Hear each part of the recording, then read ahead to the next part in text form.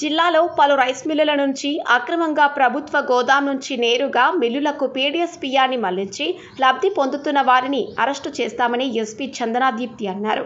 ప్రభుత్వం ప్రజలకు అందజేస్తున్న పీడీఎస్ బియ్యాన్ని కూడా ఈ బియ్యాన్ని అక్రమంగా ప్రభుత్వ పథకాల్లో వ్యవస్థీకృత నేరాలపై కఠిన చర్యలు అనివార్య విషయమని జిల్లా ఎస్పీ నల్గొండ ఐపీఎస్ తెలిపారు. ఈ సందర్భంగా ఎస్పీ మాట్లాడుతూ జిల్లాలో మండలాల్లో అక్రమంగా పీడీఎస్ బియ్యం రవాణా పెద్ద ఎత్తున జరుగుతున్నాయన్నారు. పేదలకు సరఫరా చేసే పీడీఎస్ బియ్యం అక్రమ రవాణా ద్వారా పేదలకు చేరకుండా అడ్డుకుంటే కఠిన చర్యలు తీసుకుంటామన్నారు.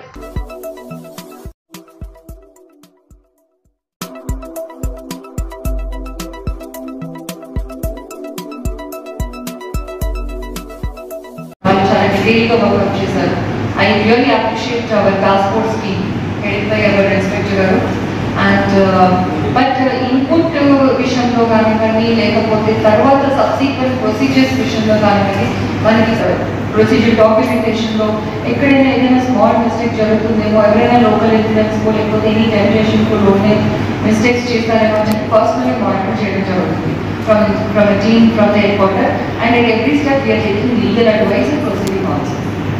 సో ఈ యాక్టివిటీ అనేది మరిన్ని ప్లేసెస్లో మరిన్ని సందర్భాల్లో జరిగి ఉండవచ్చు. బట్ మనకి ఈ కేసులో ఎవిడెన్స్తో పాటు దొరికారు. సో వాళ్ళు తప్పకుండా శిక్ష అనుభవించాల్సి ఉంటుంది. So we are very strict about it. నేను నా పర్సనల్ టీమ్ని యూజ్ చేసి ఎలాంటి లోకల్ ప్రెషర్స్ ఇన్ఫ్లుయెన్స్ లేకుండా చూసుకోవడానికి ప్రత్యేకంగా చాలా మానిటర్ చేసి ఈ కేసుని ఫాలోఅప్ చేయడం జరిగింది. అయితే ఈ కేసులో ఇప్పటి వరకు దాదాపు అన్ని అరెస్ట్ అయిపోయి బట్ ఇంకా కూడా మనకి తెలియాల్సిన చాలా విషయాలు ఉన్నాయి. దానికి సంబంధించి ఆరా తీస్తున్నాము. Any move we make will be based on evidence. మాకు ఎవిడెన్స్ ఉంటేనే we will step in. So I mean, this may be a warning to people who are doing illegal activities and disrupting the system of PDS and causing huge losses to the exchequer and also causing huge loss to the public resources.